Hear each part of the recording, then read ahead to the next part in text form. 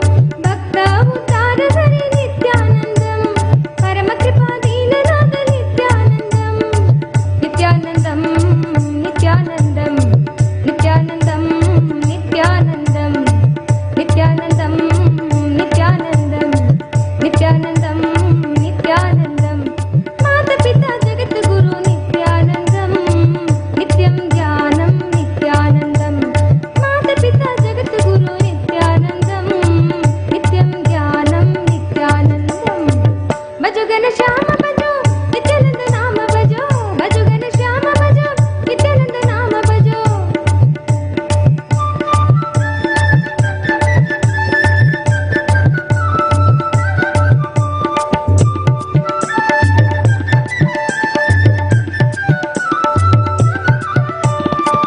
भज मन केशवं श्री नित्यानन्दं भज मन माधवं श्री नित्यानन्दं भज मन केशवं श्री नित्यानन्दं भज मन माधवं श्री नित्यानन्दं भज मन गोविन्दं श्री नित्यानन्दं भज मन आनन्दं श्री नित्यानन्दं भज मन गोविन्दं श्री नित्यानन्दं भज मन आनन्दं श्री नित्यानन्दं नित्यानन्दं हरे नित्यानन्दं नित्यानन्दं हरे नित्यानन्दं नित्यानन्दं हरे नित्यानन्दं नित्यानन्दं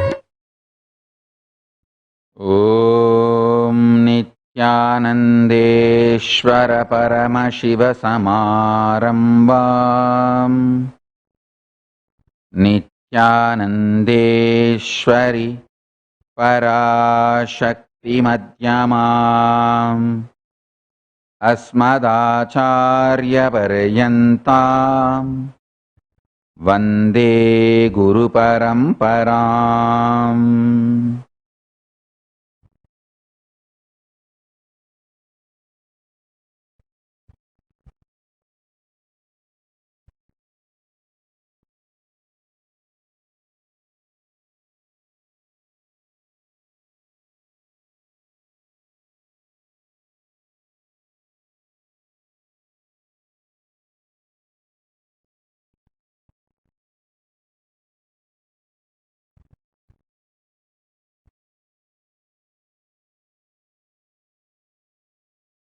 I welcome all the living and practicing Hindus from all over the world. I welcome all the Sarvanyapita Kartas, Yajamans, Srimahans, Mahans, manifestors, Sarvabarityagis, Kotari, Tanedar, visitors, viewers, Kayakalpa Yoga participants, Kailasas, e-Gurukul students,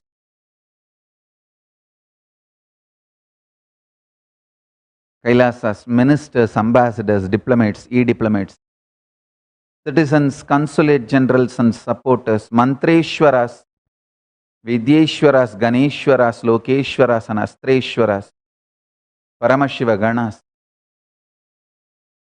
I welcome all of you with my love and blessings. Paramashivoham, season 12 is starting today.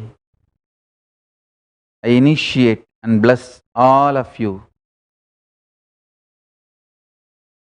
who are participating in Paramashivoham season 8 for successfully experiencing Paramashiva.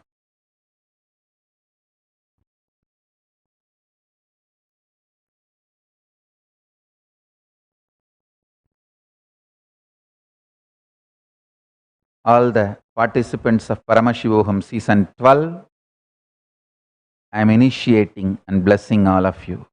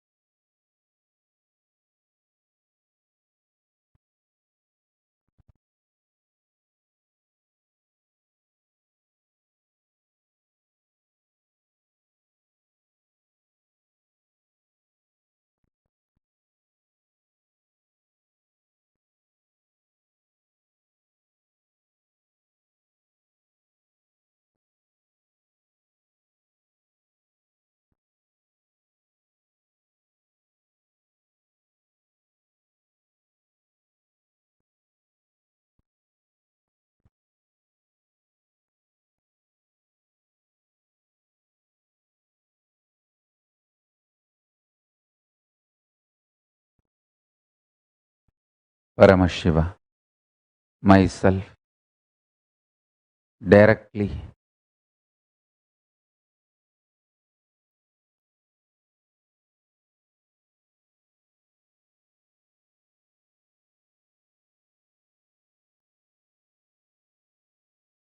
manifesting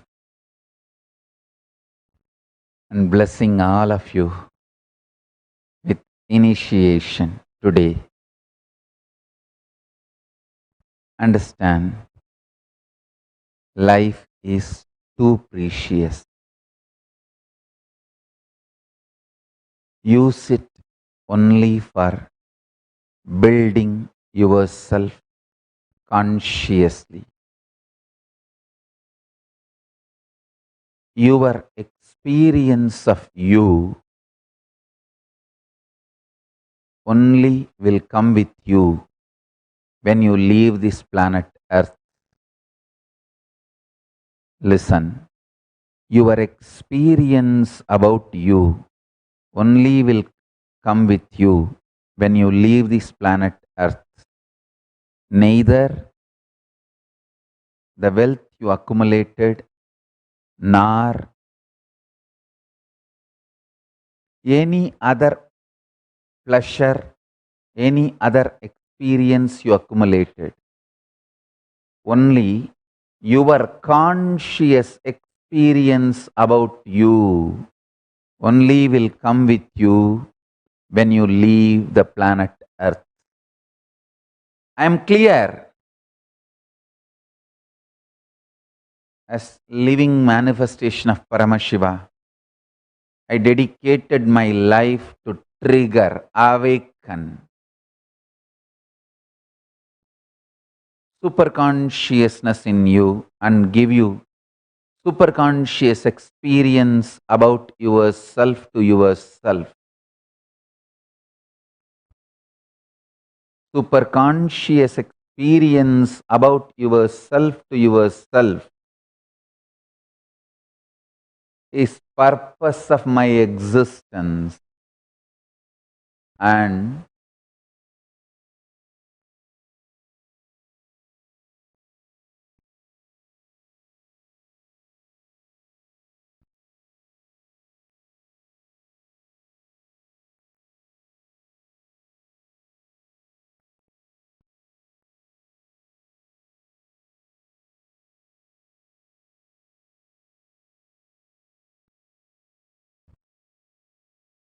listen,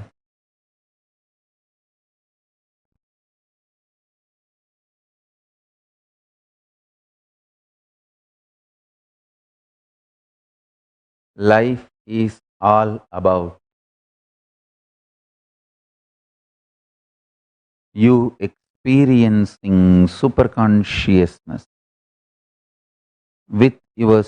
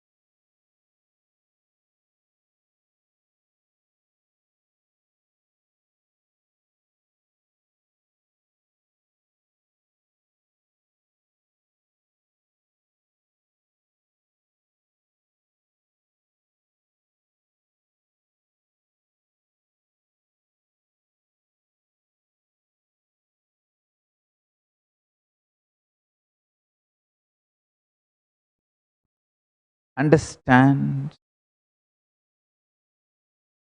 You set a scale of what is truth, what is dream, what is higher level truth you need to manifest, what is your future hope, what do you think as good in your past, bad in your past. All this definition, your perception about you sets all this. Your understanding about you sets all this. Your thinking about you sets all this. The good news, fortunate thing is, all this can be consciously rebuilt. Listen. All this can be consciously rebuilt. Consciously rebuilding all this only I call living enlightenment. What do you call as pleasure? What do you call as pain? What do you call as joy? What do you call as reality? What do you call as good? What do you call as bad? What do you call as dream? What do you call as hope? What do you call as your vision? What do you call as your future? What do you call as good in your past? What do you call as bad in your past? All these put together sets your experience of you. Understand your experience of you.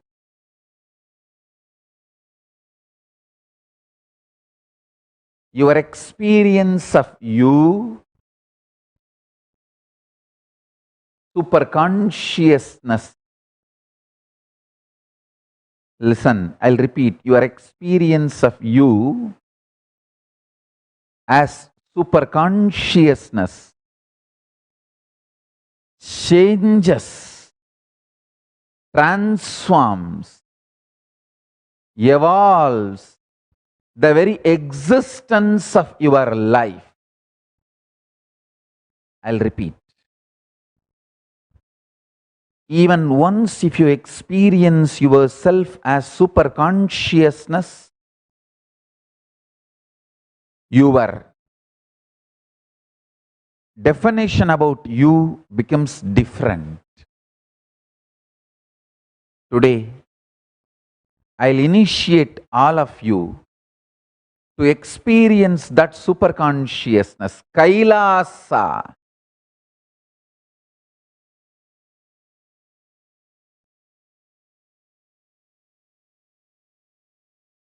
Kailasa.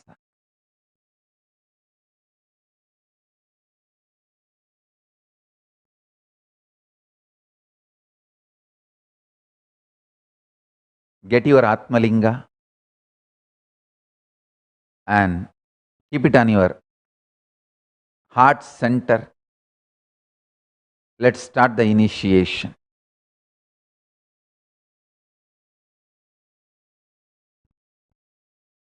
Get your Atmalinga, keep it on the heart center. Let's start the initiation.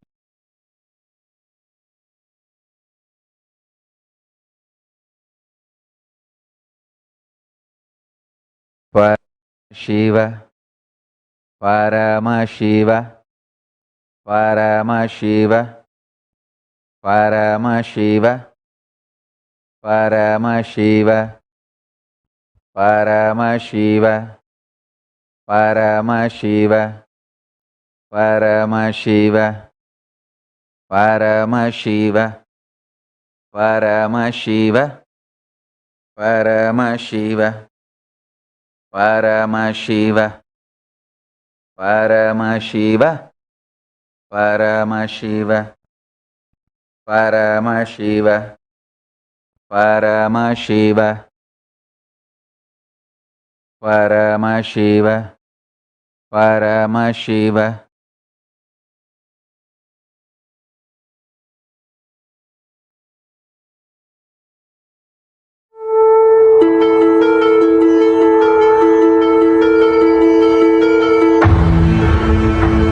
See yourself as 25-headed, 50-handed Paramashiva, as eternally 16, youthful.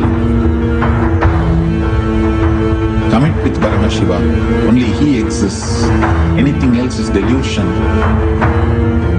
Now, sit straight. We'll enter into the process. Nithyananda Paramashivoham.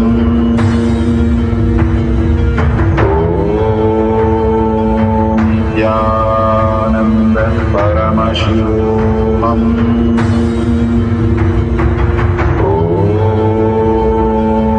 Nithyananda Paramashivoham.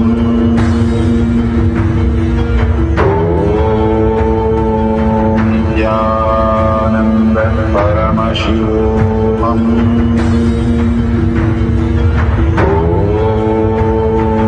Nithyananda Paramashivoham.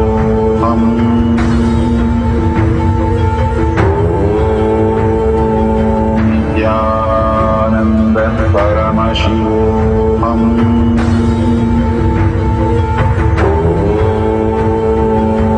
Nithyananda Paramashivoham.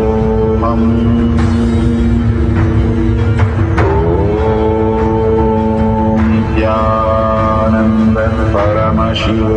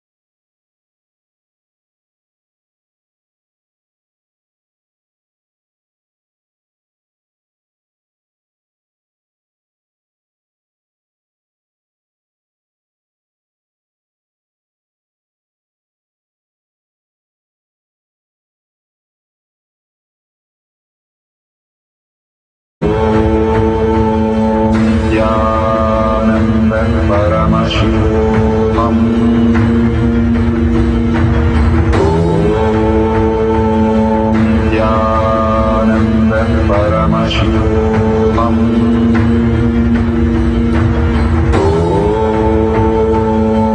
Nithyananda Paramashivoham. Nithyananda Paramashivoham.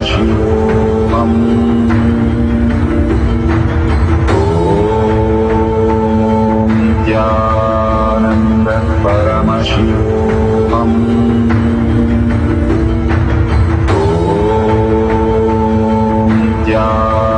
Nithyananda Paramashivoham.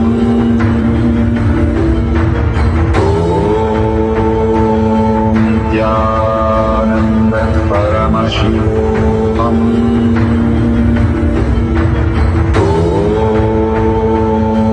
Nithyananda Paramashivoham.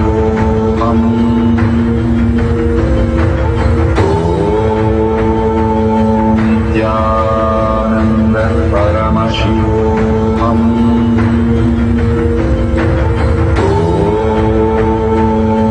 Nithyananda Paramashivoham.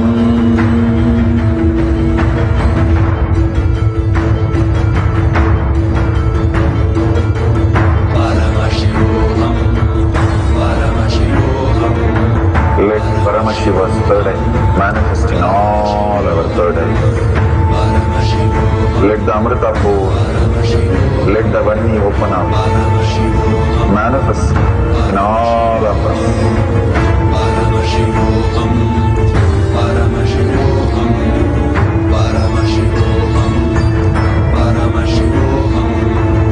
Let Paramashiva overflow, manifest the powers in all our third eyes.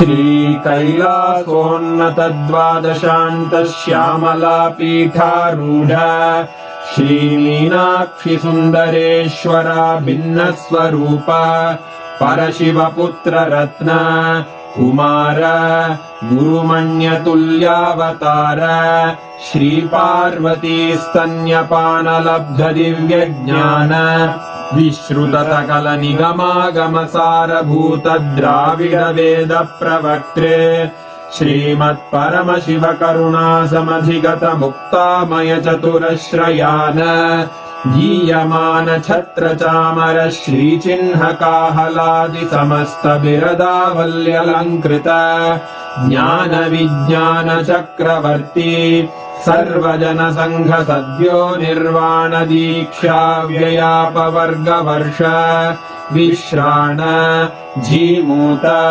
परमत कलभ Kesari शैव सिद्धांत स्थापनाचार्य श्रीराजाधिराज पांड्य महाराज गुरु क्षपण शाक्यादि महांधकार निवारण ज्ञान भानु वीक्षणानर्हार्ह ध्वजोच्छेदन पूर्वक श्रीमद्वृषभध्वज स्थापक शैव समय कर्त्रे सर्वज्ञ पीठारूढ़ श्री जगद्गुरु श्री ज्ञान संबंध देशिक स्वामी वागीश सुंदर माणिक्य वाचक स्वामिनाम् अवतार भूत श्री ज्ञान संबंध स्वामी पुनरुद्धृत श्यामला पीठ सर्वज्ञ पीठ त्रिनवत्युत्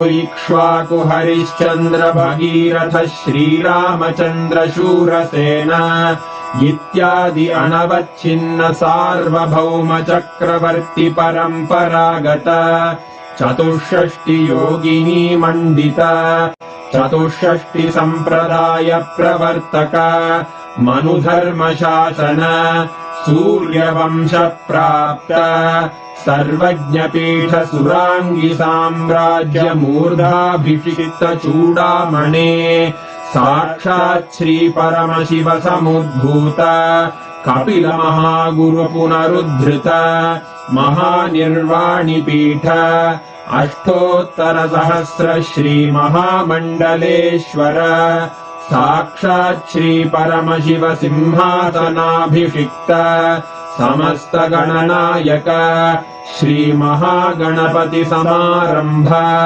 अनवच्छिन्न पीठाधीश्वर गुरु परंपरा प्राप्त अटल पीठ अष्टोत्तर